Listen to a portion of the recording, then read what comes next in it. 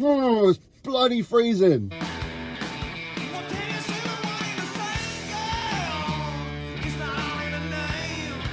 Greetings and welcome to this very, very cold, freezing cold December morning. We've had some snow. Let me turn the camera around so you see.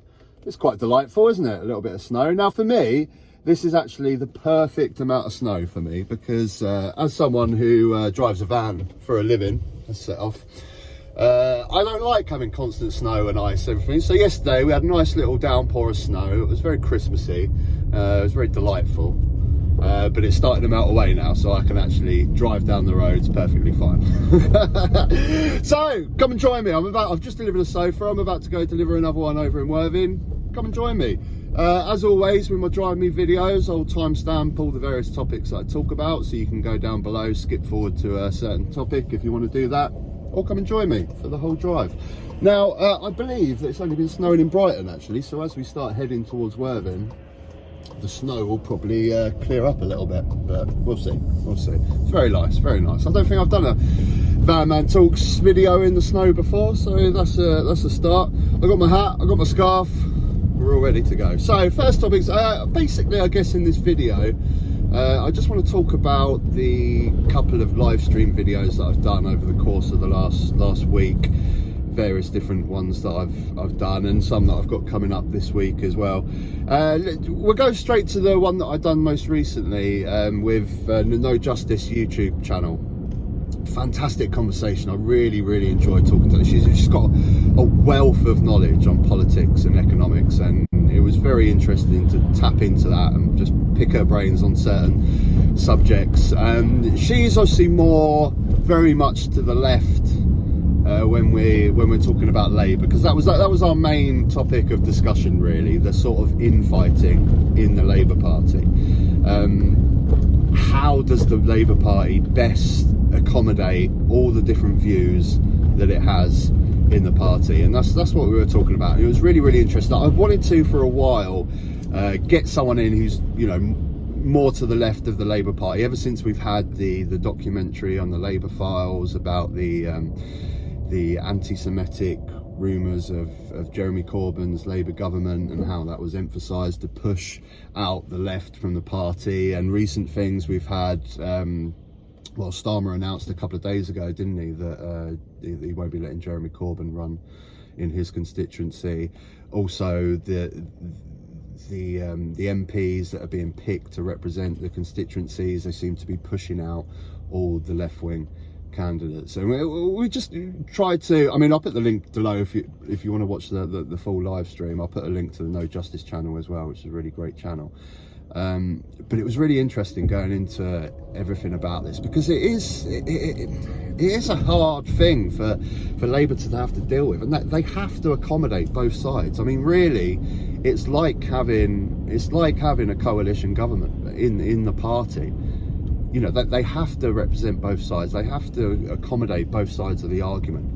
And a few comments that I was getting on the video that we'd done, and what I hear a lot of is people on the left of politics should not be criticising Keir Starmer because you're playing into the Tories' hands. You know, I get a lot of the comments that say, look, oh, well, what do you want? Another 5 years of Tory government? And of course, no one wants that. Of course we don't want that. But you can't get to a stage where you can't criticise Starmer over anything, just in fear of the Tories. You know, I said on the live stream, I mean, Starmer would have to go around murdering baby kittens, really, for me to not vote for him. Because I live in a swing constituency. This here, actually, I'm just about to cross the border of my constituency. This is East Brighton, and we have a Labour MP.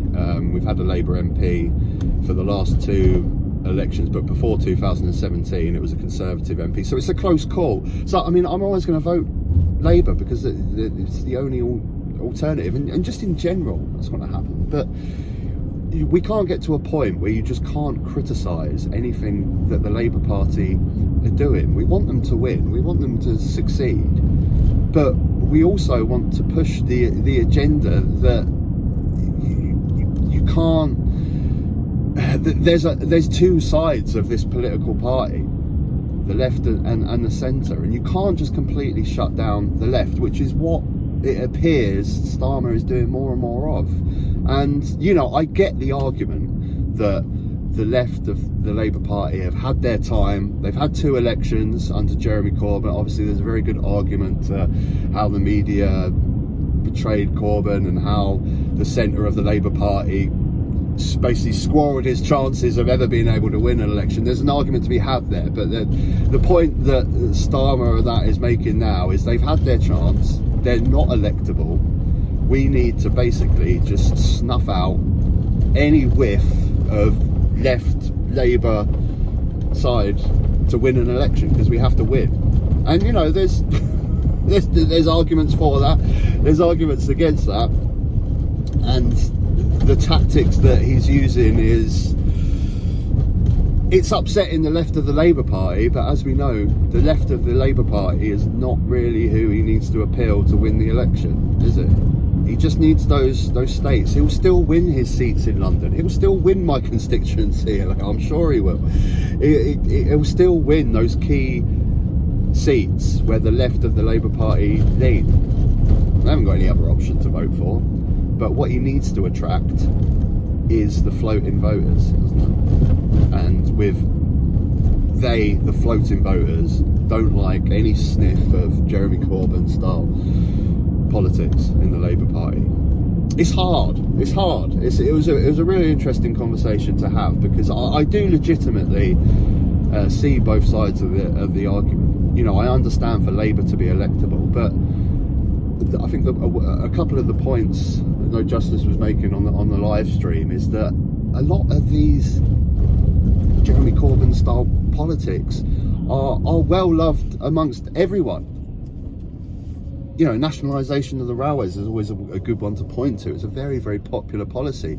Sorting out social and council housing, that's a very good policy. Everyone knows that the private sector running rentals is just a disaster for people that are paying extortionate rents and living in mouldy flats. We know that this is a disaster. We know it's no good, and they're popular policies. So this is some of the arguments. Go check out the stream. It was really interesting. I'll definitely talk to her again, and go check out her channel. She's really good. But it's definitely it's a weird, it's a catch-22, isn't it? This whole situation with the left and the right of the Labour Party. You know, we know really that we should have PR and we should have 2 separate parties really to resolve this issue. But all the time we have just wipe that bit of snow off. All the time we have first past the post, and we only have a 2-party system. We have to accommodate both sides of the Labour Party. We have to, otherwise it's never going to work. Anyway, carrying on. But that was my live stream on Thursday, and the other one was at the beginning of the week. I went back to talk to Anna from ThatAnna YouTube channel. It was what you make of it. I don't know if any of you guys watched it. Again, I'll put it down below. And a long time ago I said that I really wanted to start talking to people that are on the other side of the political spectrum, because all we ever seem to do is argue with each other, leave nasty comments to each other on YouTube videos, and there never seems to be much discourse and conversation. And I've been trying, so I've done 2 of these live streams now with Anna, and on this one that I done on Monday, we had another guest, which was Rev Simon, who has a reasonably large YouTube channel. It's over 50,000 subs, so he's got a lot of listeners and a lot of viewers. And yeah, we got into various subjects. Now the question that I want to ask after I've done something like this is, has it done any good? Does it do any good? Do we get anything? Do we resolve anything, or do we just argue? Because if you watch the live stream, I'd probably say 90% is disagreement.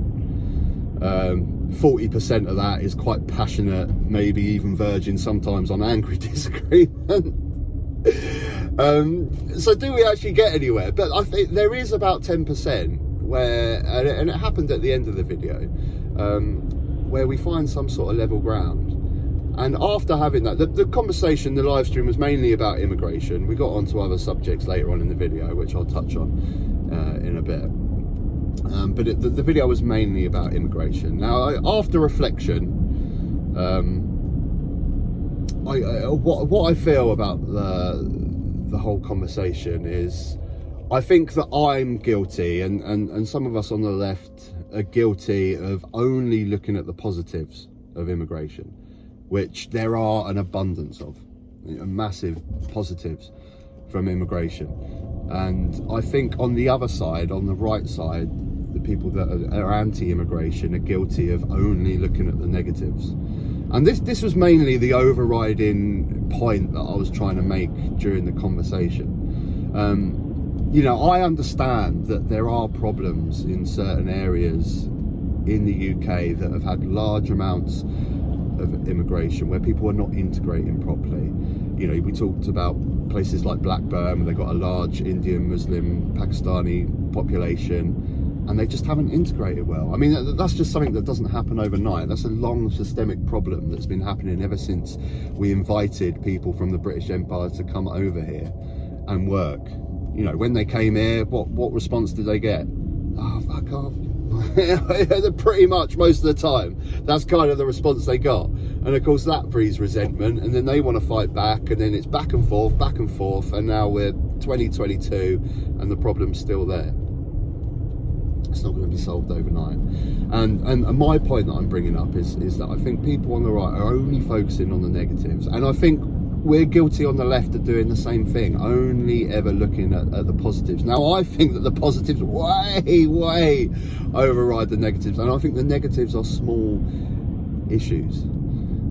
I mean, straight up in a quick sentence, my opinion on immigration, the benefits that it's given to this country is, after the Second World War, we were skint as fuck. This country are fucked, indebted millions of pounds to the US. We were screwed. And there are a couple of things that improve this country immensely. One, joining the European Union, being able to trade with a massive European bloc, and the other is inviting these people from the British Empire territories to come and work over here, from India, from Pakistan, from the Caribbean, to boost our economy.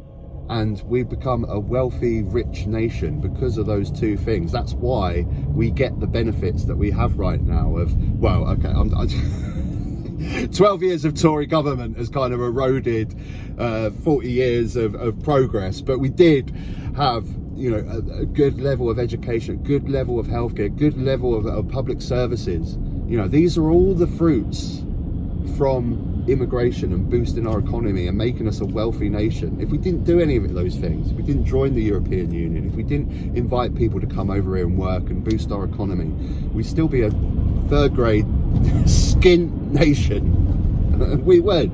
And that's my overriding thing. That's why I will put immigration, the benefits of immigration, over the negatives that are coming. But it is important to not ignore the negatives, because they are issues, there are problems, and they're things that we need to do better. And I think sometimes the left and left-leaning governments do just tend to completely ignore immigration and some of the problems that we have. They need to be addressed. We need to better integrate into cities that have large ethnic populations.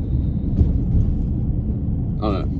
What's your thoughts? But did any good come of it? that's my main point from the live stream. And I did, for me personally, I mean, I can't ask for the guys that I was chatting to, Anna and Simon.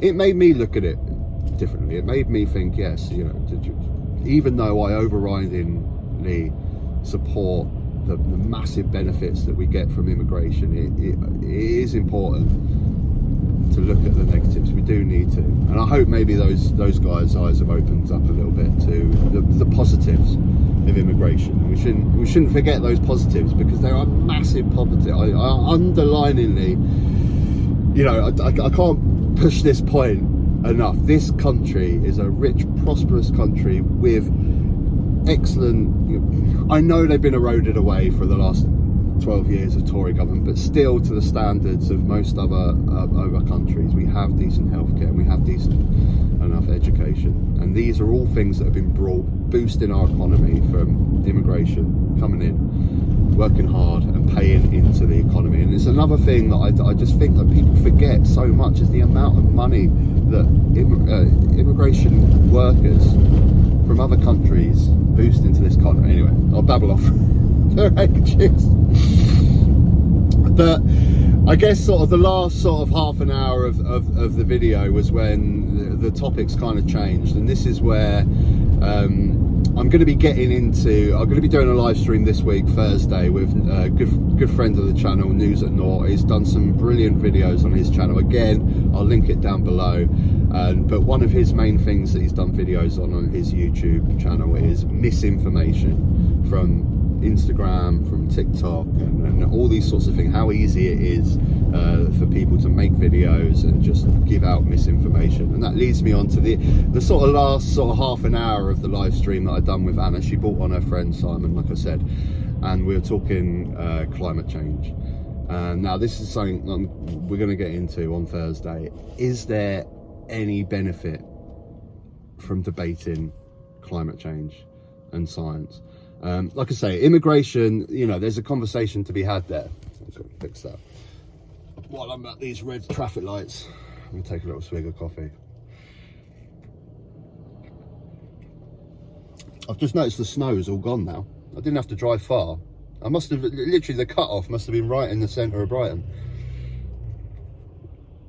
We're back. Sorry guys, just a little camera glitch there, but we're back. Where was I? So yeah, immigration. Immigration is a legitimate topic to talk about. It's discussed every single day in Parliament, and I don't have a problem with having a conversation about it with the people on the live stream, Anna and Simon, about it. It's a legitimate topic. But when it comes onto climate change, which is what happened in the live video, this is the area where I'm like, can any good come from debating people that deny climate change and deny science? I don't know what good can come out of that, because mainly, like, none of us are authorities on science in this video. I'm not a scientist, Simon's not a scientist, Anna's not a scientist. The difference being is I take my opinion on science and all topics that I don't know anything on. I think this is where the problem comes, because now we've got such a wealth of information out there. Anyone can go on the internet and on YouTube and look up so many different topics. Everyone thinks they're an expert on topics, and this is where the problem lies, I think, because I drive a van for a living. You know what I mean? I don't expect to know the ins and outs of every single scientific topic. I don't expect to know the ins and outs of economics and things like this. But the difference, what I do is I say, okay, what's the general consensus? Let's look at the experts. Brexit is a great example. When we were offered the choice of leaving the European Union, I went to look at what the economists were saying. What were the economists saying? Well, they were saying it's going to be very, very bad for the UK. Okay, you're the expert on this topic. I can't begin to try and work out the ins and outs of trade with the EU. I trust your judgment. And I do this with science as well. And most people do this with science. Evolution by natural selection. Okay, I get the theory, but I don't know the ins and outs. I haven't done the scientific research. So what do? I trust the general consensus of scientists across the world. When Charles Darwin came along, he said this evolution thing is why we're all here. And everyone went, what are you talking about? Okay, let's do some tests. All right, everyone done some tests, and then they all came to the conclusion. Just science, common consensus. So this is what I do with climate change. I'm not going to sit there and start saying that I know anything about all the research that's been done on science, but I trust the common consensus of scientists that say, look, human intervention, burning fossil fuels is what's heating up the planet. So I can't get on board. I don't know whether it does any good debating these topics with people that are coming from no authority. You know, the conversation that we had, Simon started going down the road of giving evidence of scientists that have drilled holes here, or some nonsense about volcanoes producing CO2 and Well, yeah, I mean, I don't know what to do with that information, really. Yes, volcanoes blow up shit into the atmosphere, but we do as well by the cars that we drive and everything. Anyway, it's coming from no authority. So when someone like that produces evidence of something, you've got no authority. I will always believe the general consensus of scientists, and I don't know whether any good can come of talking about climate change with people like that. It's mental, and that's what we're going to discuss this Thursday on the live stream. So hopefully you guys can come along and you'll be enjoying. But yeah, give me your thoughts. Did you watch the live stream? Do you think in general it's good to talk about, like I say, when it comes to immigration and legitimate political decisions, I'm happy to talk to people on different sides of the argument. When you're just refuting science, it's a little bit of a dodgy area for me. But I'm happy to talk about normal, everyday, how should we run this country? I mean, that's what we're discussing, really. And you can be passionate on either side. What's the best way to live? How can we all live in harmony? And we kind of ended the video on a level note, really, because we were sort of agreeing on almost verging on socialist politics. That's what's so crazy about it. We both agreed that, you know, to make a better society, we should pay more taxes, to get better public services, to get better NHS, to get better education. It's something we all agreed on. Anyway, I'm babbling now. I'm really babbling. What else do I want to talk about today? I want to dive in on the strikes again. I'm going to take the opportunity of this red light to have a swig of coffee.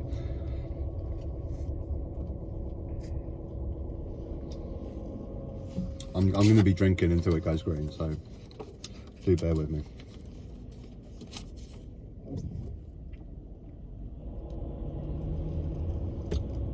So yeah, a quick one on the strikes. Everyone's striking now, aren't they? Postal services, flights and stuff, aviation striking, nurses obviously striking. Everyone's striking. Everyone's had enough. They're pissed off, and it's strange, isn't it? I think I generally do believe that the overall consensus is the majority of people support this. I mean, if you sit in echo chambers of a certain type, then you'll think that no one supports it and everyone's against striking. But I think generally everyone is for workers, and it's strange, the arguments that you hear against this strike. It really is. I mean, postal service, they go for the postal service. So you know what, it's Christmas, people have got parcels coming. I've actually ordered some stuff, Christmas presents, that hasn't arrived. I don't know whether it's going to arrive, but you know what, if it doesn't arrive, I'll say to my mum, you know what, mum, I love you, I'll get you a box of chocolates or something to open up on Christmas Day, but you're gonna have to wait a week for your present. Is the world gonna collapse? You know what I mean? It's like, I see arguments against the postal strike, and in the next sentence they go, oh, it's only crap that we get sent anyway, bloody leaflets, garbage, junk mail. I'm like, well, why do you care then? Why do you care? You know, if it means that these people can strike for a better pay, I'll wait for my parcel. The other arguments I seem to get is for the aviation side about disruption of whether they're going to go to their ski chalet this year or not for Christmas. I'm like, you know what? We all need to pull together. We all need to make some sacrifices for the hard-working people in this country. Okay, postal service is going to strike, aviation is going to strike. You know what? This year, let's just wait a little. Let's do our shopping in the high street. You know what? Let's not go skiing this year. Let's huddle down at home and help the good, hard-working people of this country. Now, obviously, the problems is 12 years of Tory mismanagement of the economy. No one should be blaming the postal worker or the nurse. It's Tory mismanagement. Obviously, and it's just come to a massive calamity where the whole country's going, you know what, I can't deal with this money. And those that can strike will strike. I can't strike, I'm self-employed. Inflation's still 11% for me, and I haven't got a pay rise. But you know what, I'm self-employed, I can't do anything about that. But if I was a postal worker, I'd be striking over it. If I was in a union for a certain trade, I'd be striking over it. It's just, it's so bizarre, the contrast of when someone is trying to demonise the working person. You know, prime example, they're demonising the working person for striking at the moment, and just completely forgetting that 2 weeks ago this government had the money to give tax breaks to multi-millionaires. They were about to do that. They had the money for that. They can't pay hard-working nurses, the ones that have been working so hard across this pandemic. But no, you know, they're bloody nurses. It's their fault, isn't it? Oh yeah. Anyway, I'm babbling today. I just wanted to get on the strikes again because it did annoy me. I think these strikes, I don't know the ins and outs of the nurses ones and what cover they've got. I mean, they do have an abundance of agency workers for the NHS, which they rely on a lot. So I think they're going to be paying out a lot more money, so that's the argument for why not just give the extra money to the nurses anyway. I don't know what effect that's truly going to have, but when it comes to postal service, when it comes to aviation, you know what, it's just a mild inconvenience. Okay, one of my parcels is clogged up, I'll get it after Christmas. It's a mild inconvenience for these people to strike. Anyway, on that note, till next time, take care.